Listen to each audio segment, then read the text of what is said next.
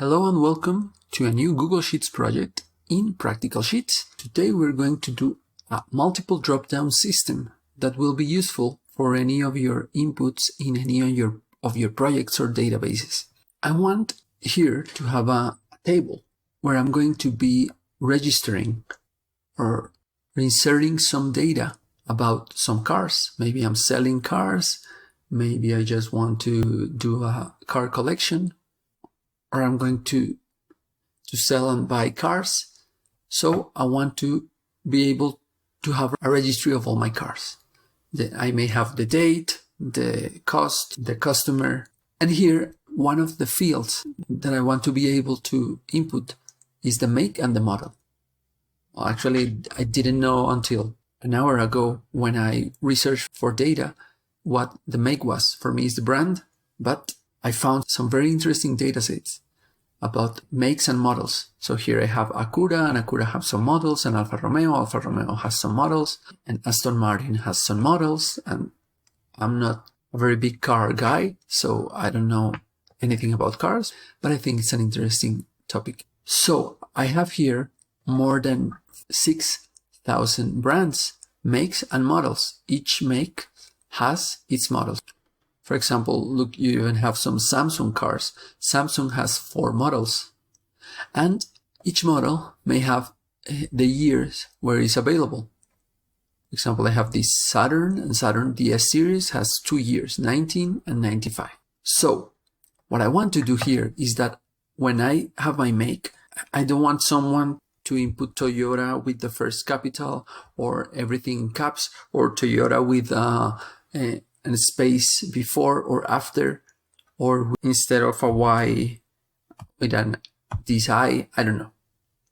So I want to have a very robust database. This is where the drop-downs are very useful. So I could have a drop-down where I can select which of the makes I'm buying or selling. And the same for the model. I want the user or my employees or my team or my customer to be able to choose only from some models.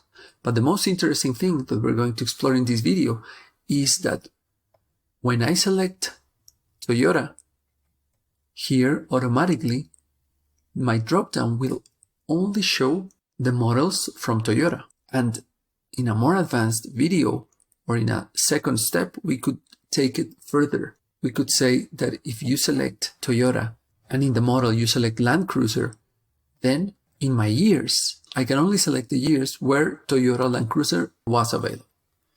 Okay, so this is what we're going to do. We need mandatory to use Google Apps Script because this is a thing that cannot be done only with formulas. In Excel, I think it can be done with the indirect formula and the data validation, and you don't need to do macros. But in this case, we will need to do Google Apps Script. It's not difficult, and actually it's very flexible because it will allow us to do many other things. So let's begin. The first thing we're going to do is to do the make data validation. This is easy and we don't need Google Apps Script for this. We're just going to go data validation, and in list from a range, we're going to say enter range or formula. We're going to choose here in the make column from A2, and we're going to leave it open up to A. The nice thing about data validations in Google Sheets is that, first of all, it doesn't matter if you repeat AC 3 times, it will only show you 1 time. And the other thing is that even if you leave it open, and here I'm going to have a lot of, well, in this case, I don't have many blanks, but if, for example, I insert 100 blanks, my data validation won't show the blanks. So this is very nice. It allows us to be very flexible with our data. These 2 characteristics. I'm going to give it OK. I'm going to reject our input. Leave the show drop-down list in a cell clicked. Click Save. And now here in our input, we have all of our makes. Very nicely ordered. They are ordered because we have it ordered in our database. But we could do some steps in the future So to make sure that it is always sorted, it doesn't matter if our database is sorted or not.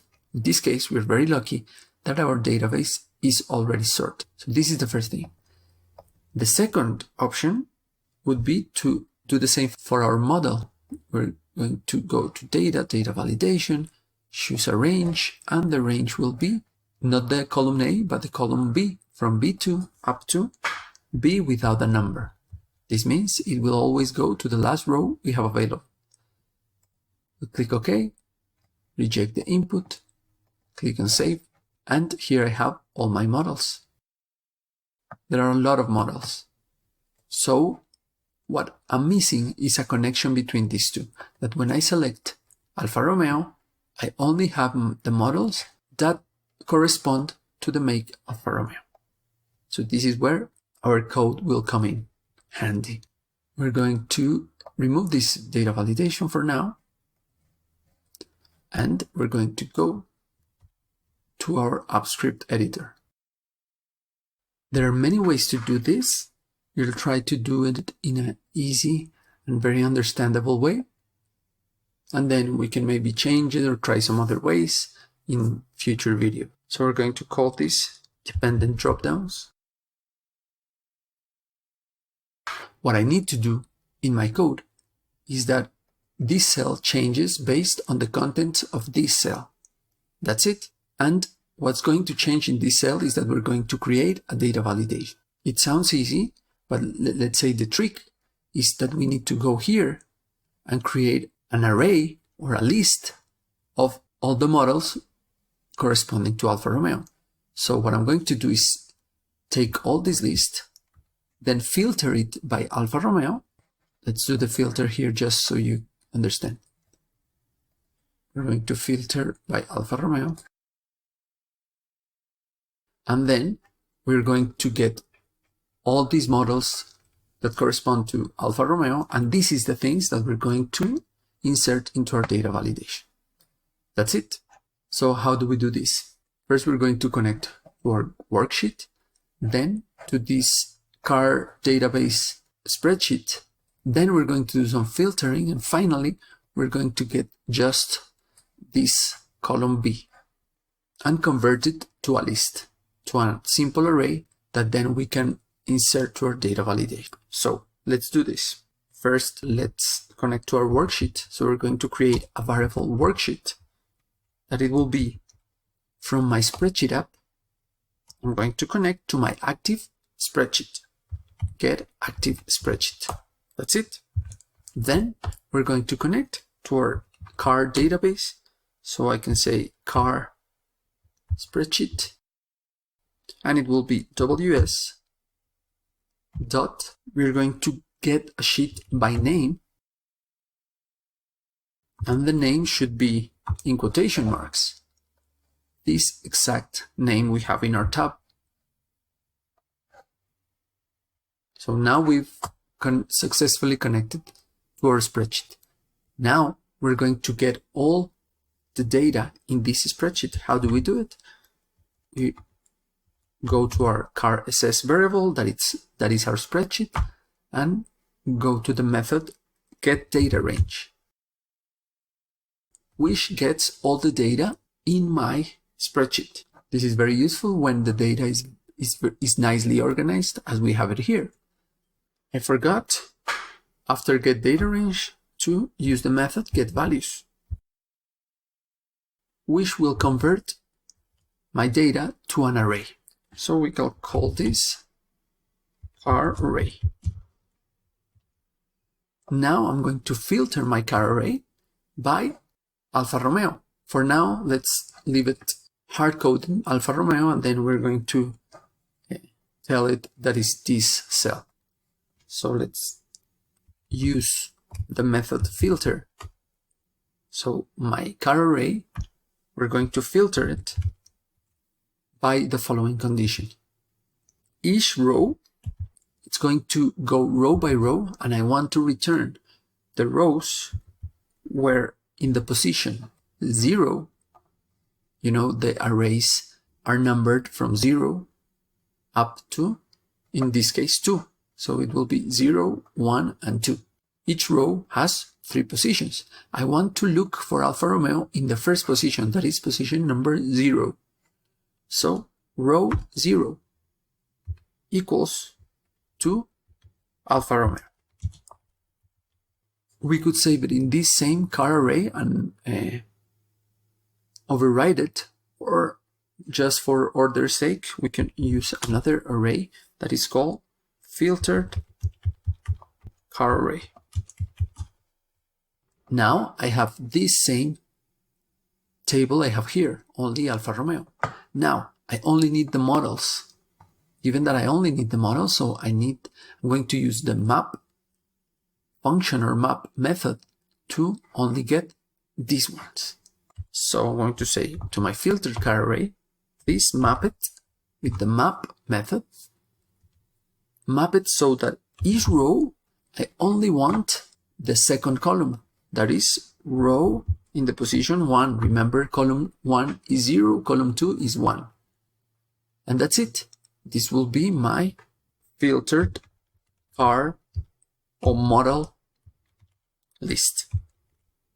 I just want you to see the process. So I'm going to log my car array. Then I'm going to log my filtered car array. And finally, I'm going to log my filtered model list. I'm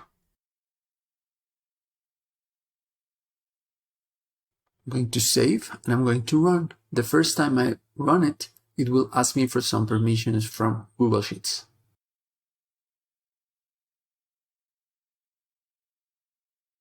So I want to show you that first we have all of our makes and models. Then we have only the models corresponding to Alfa Romeo. We have Alfa Romeo 6 from 1979, Alfa Romeo Montreal from 1970, and so on and so forth. And finally, I just get the list of only the models. This is the thing, or this is the list I want to include in my data validation. So I've made it. I'm going to close this log, this execution log. I can erase this. And now I can use this filter model list to do my data validation. How do I do my data validation? I will go to Spreadsheet app, dot, new data validation. I have to create it first. So once I use this method, I'll give it dot, and it has some methods I could use. For example, if it's required, if I want to show the dropdowns, things like that. For now, I just want to use this require value in list. I don't do require value in range because I'm not going to give it a range, just a list. The list, this list I created, this is a list.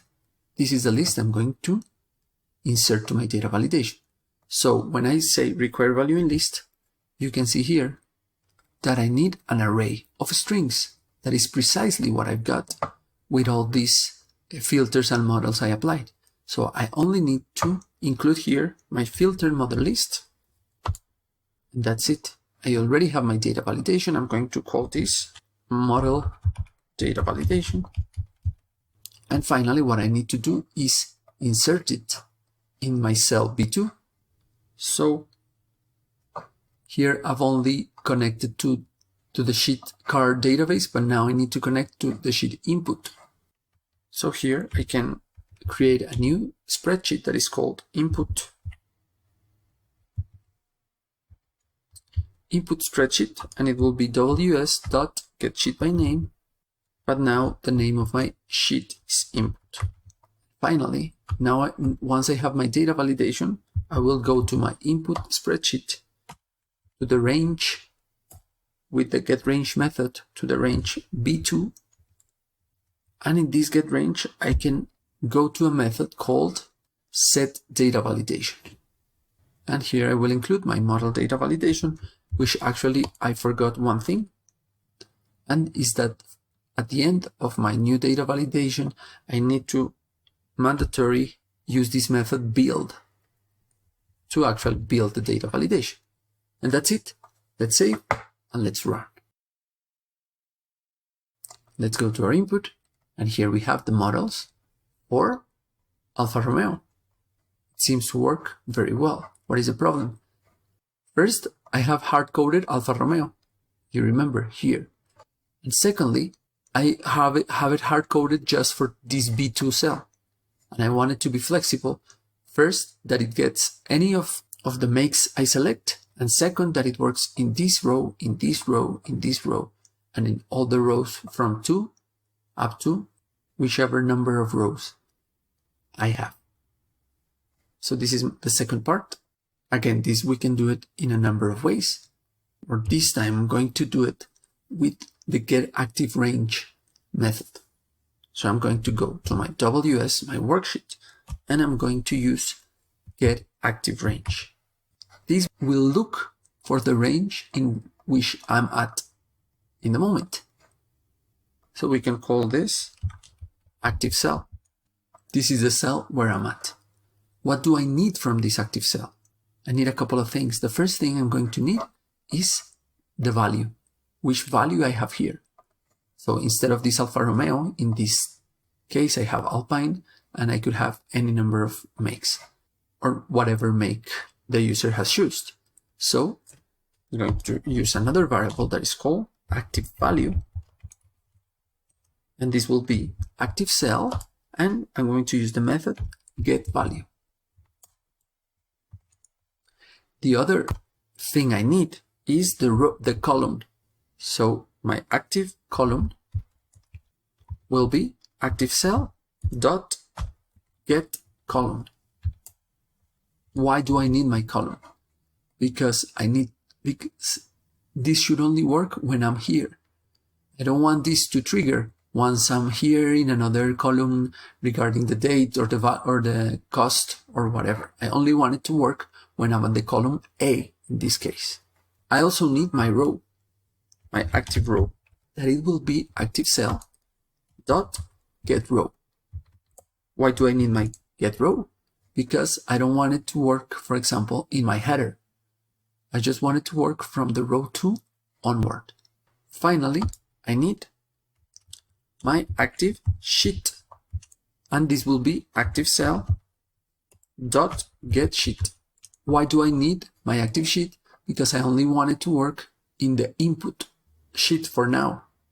I don't want it to work here in my CardDB or in any other sheet I'm using in my file. Okay, this is why I need these 5 things. And now I'm going to compare. I'm going to do an if statement, and I'm going to say, okay, if active column is 1, this is my first condition, equals double equals to 1. This is the first condition for all these to trigger. The second condition, I'm going to connect it with a double ampersand. It means and. So I need to comply with this condition. The second condition is that my active row is greater than 1. So I don't want it to work in the row number 1. And it may be your case that you have multiple headers. Here you have the name of your company, a logo, and you have 3 or 4 header rows. So here you will change this for 4. The third condition for now is that my sheet is called input. How do I do this? I go to active sheet dot get name. So the name of my sheet, of my active sheet, should be input. These are the 3 conditions for now. Then we could add some more if we want. So if these 3 things are valid, then I can do all this.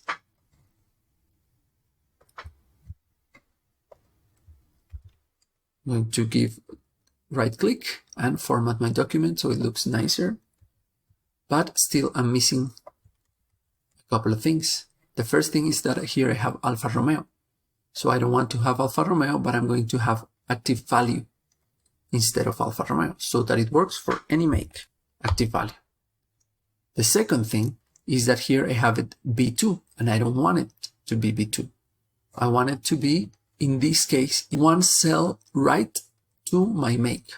Remember, my active cell will only work when I'm in the column 1. So given that normally the subcategory or the dependent dropdown will be one column to the right of the one I'm modifying. Normally, this could change. So I'm going to do a different thing. I'm going to go to my active cell, and with the method offset, I'm going to say, okay, I want you to stay in the same row and move one column to the right. So let's stay in the same row and move one column to the right. So if I stay in the same row and move one model to the right, then here I can apply my dropdown. So here I can say set data validation, all these that I have here, that I have down here. And that's it. Now I think it will work. Let's save. I'm going to stand here, change this to BMW, and remember we have here all this. Now I'm going to run. Let's wait 1 second. And here I can see that I have the models that correspond to BMW. If I change it to Cadillac and I run, then I can see that it has changed to the models of Cadillac. So it looks very nice.